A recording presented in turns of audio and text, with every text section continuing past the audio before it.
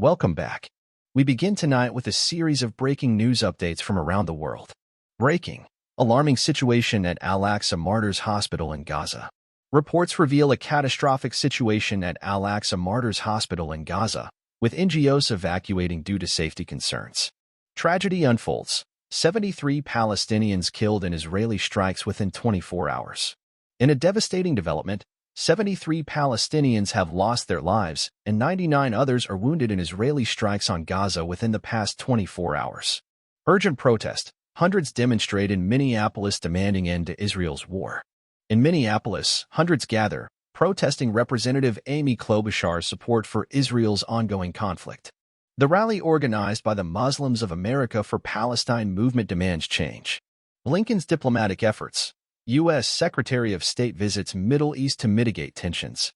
U.S. Secretary of State Antony Blinken embarks on his fourth visit to the Middle East in 3 months, engaging with key players to prevent the escalation of tensions in the region.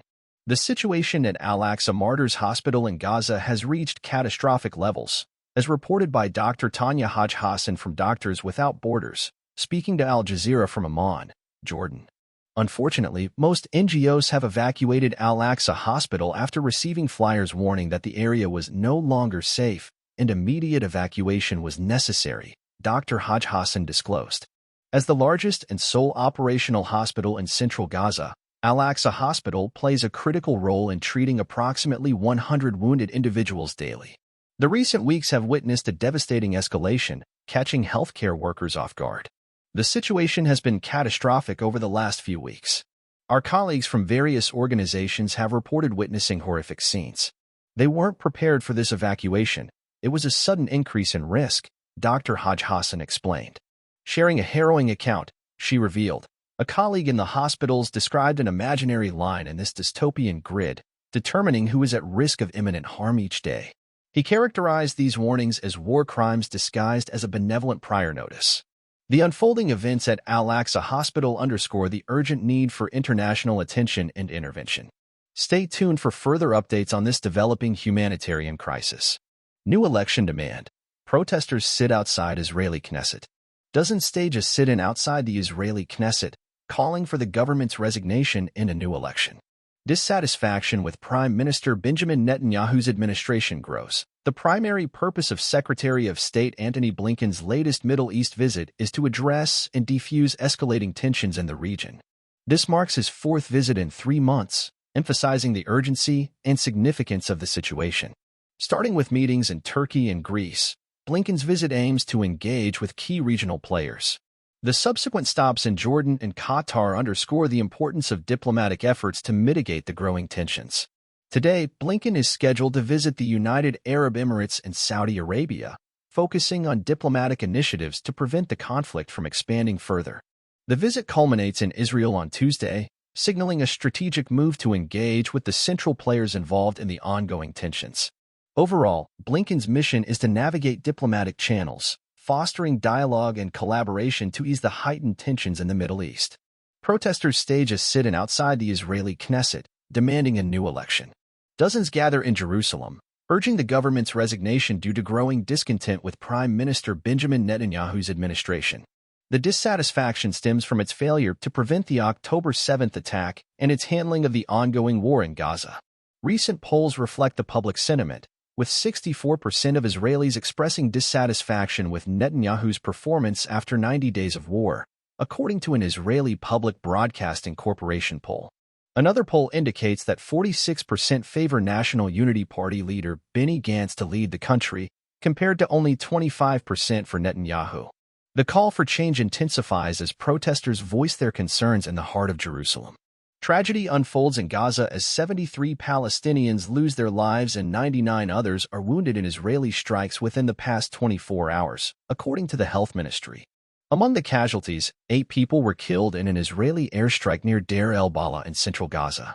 Gaza resident Nabil Fathi, 51, describes the grim reality, stating, "I wake up thinking this is a passing nightmare, but it is a reality. Our home and my son's home have been destroyed, and we have 20 people martyred in our family. I don't know where we will go even if I survive."